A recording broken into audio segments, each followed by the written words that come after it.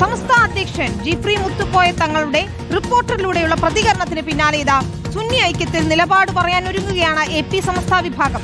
കോട്ടക്കലിൽ നടക്കുന്ന AP സമസ്തയുടെ 100ാം വാർഷികാഘോഷങ്ങളുടെ വിളംബര സമ്മേളനത്തിൽ അല്പസമയത്തിനകം കാന്തപുരം AP അബൂബക്കർ മുസ്ലിയാർ പ്രഖ്യാപനം നടത്തും. മുബഷീർ പി അക്ബറാണ് ചേരുന്ന വിശദാംശങ്ങളുമായി. മുബഷീർ, സുന്നി ഐക്യത്തെ രാഷ്ട്രീയ പാർട്ടികളെല്ലാം തന്നെ സ്വാഗതം ചെയ്ത് നമ്മൾ കാണുന്നുണ്ട്. ഇതിൽ തരക്കേടില്ല, ചർച്ചകളൊക്കെ ഒരു ഘട്ടത്തിൽ മുന്നോട്ട് പോയതാണെന്ന് AP സമസ്ത വിഭാഗം നേതാക്കളും പറയുന്നത് നമ്മൾ കേട്ടു. പക്ഷേ ഈ 100ാം വാർഷികാഘോഷങ്ങളുടെ വിളംബര സമ്മേളനത്തിൽ അത്തരമൊരു പ്രഖ്യാപനം കാന്തപുരം മുസ്ലിയാരുടെ ഭാഗത്തു നിന്നുണ്ടാകുമെന്ന് പ്രതീക്ഷിക്കാം.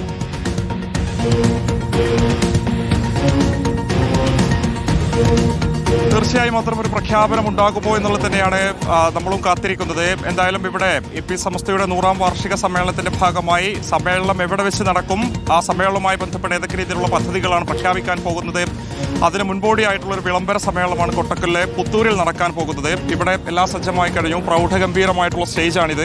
ഏകദേശം 10,000-നടുത്ത ആളുകൾക്ക് പങ്കെടുക്കാൻ പാകത്തിലുള്ള വേദിയും ഇവിടെ സജ്ജമാക്കിയിട്ടുണ്ട്. നിരവധി ആളുകൾ ഇപ്പോഴും ഈ ഒരു മേഖലയിലേക്ക് എത്തിക്കഴിഞ്ഞു.